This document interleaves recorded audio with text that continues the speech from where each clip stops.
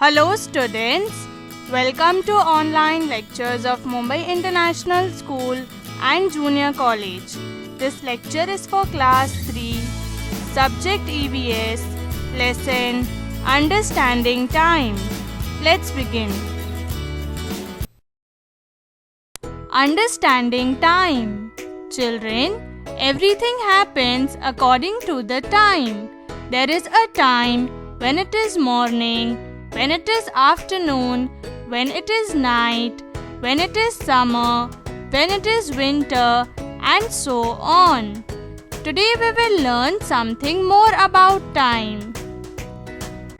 Children, time has 3 parts. Time which has already gone by, time which has already occurred is called past. Time which is going on now is called present.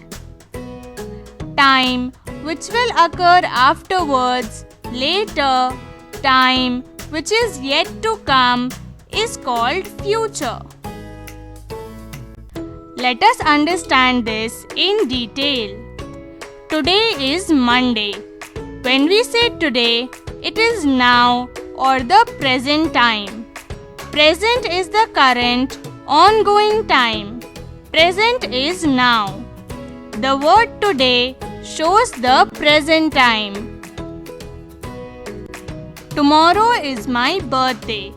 Children, when we say tomorrow, it means the time has not come up till now. It is yet to come. It will come afterwards. It will happen next. Tomorrow takes us forward. The word tomorrow shows the future. Yesterday, Granny told me a story. Children, when we say yesterday, it means that the time has already finished, that the time has already passed. It is the previous time. Yesterday takes us backward. It shows that time has already gone. The word yesterday shows the past. Children, time can be understood using various means such as the calendars. It helps us to understand the time that was yesterday, past, the time that is today, present, the time that will come tomorrow, future. Similarly, school timetables divides the time as per the activity and the subjects. It helps us to understand how much time, how much minutes or hours of a day is dedicated to that lecture. This also helps us to understand time. Children, can you tell for which purpose do we use a calendar? Children, we use a calendar to understand about the past, present and future day, month and year. It is used to understand the time in which we are living. Children, when and why do you turn the page of a calendar? Children, we generally turn the page of a calendar when the present month ends and a new month begins. What do the numbers in a calendar tell us? Children, the number tells us about a particular date in a month. Every month in a year is divided into 30 or 31 days except the month of February. It has 28 or 29 days, and each day of a month goes on in a sequence of numbers like 1, 2, 3, etc. These are the dates of a month. Like today's date is 26. Children, it is important to understand time for studying history. History is the time and events of the past. Things that have already happened in the past. Certain things have happened in a certain time in the past. To understand it better, we need to understand the time in which it took place.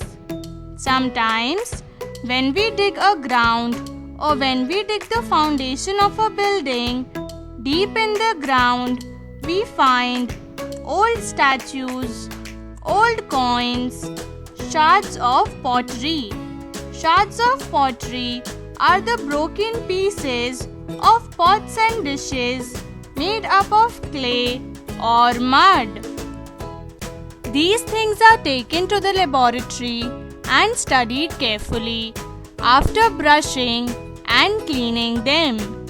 With these studies, we understand about the time period to which they belong. For example, the time of Shivaji Maharaj was different. The time today is different. The things used in those times and the things used now help us to understand the difference in time. Let us take an example of a newspaper. Today's newspaper becomes old tomorrow. But children, what will happen if we cannot remember a particular fact and we want to know about something that has happened yesterday? We will search through old newspaper to find the information we need. This means that what happens today becomes history tomorrow. This means that today's newspaper will tomorrow become an important means, an important source of getting to know history, getting to know something that has happened in the past. How do we measure time? How do we calculate time? To understand time, we divide it into seconds, minutes, hours. This is a digital clock. It shows the time in hours, minutes, and seconds. Similarly, the basic and traditional clock also shows the time of a day by its hours hand, minutes hand, and seconds hand. To understand time, we divide it into day and night. Also, to understand time, we divide it into fortnight. It is a time period of 14 days or 2 weeks. We also divide time into month. Each month has a time period of 30 or 31 days except the month of February. It has 28 or 29 days. Also, the time can be divided into a year. It has a period of 12 months. In this way, we can measure time. In this way, we can calculate time. Water clock, clock, hourglass, and calendar are instruments of measuring time. All these help us to measure time. All these help us to calculate time. Children, this is an hourglass. In the 14th century means the years from 1301 to 1400, a very long time ago, the hourglass came into use in Europe. The people in Europe started using the hourglass. Let us see the construction of hourglass. Children, in an hourglass, 2 connected glass vessels were fitted in a wooden frame. Dry fine sand that we today see at our beaches was poured into one of the vessels. There is a hole that connects the 2 vessels. Because of this hole, the sand in the top vessel falls into the lower vessel. The hourglass was made in such a way that it took 1 hour for all the sand to fall from top vessel to the lower vessel. The clock or hourglass was turned over as soon as all the sand had fallen into the lower vessel. In this way, a period of 1 hour was measured. These clocks, hourglasses, were used in India too. So today we have learnt about past, present and future time, and also we have learnt about different instruments to measure time.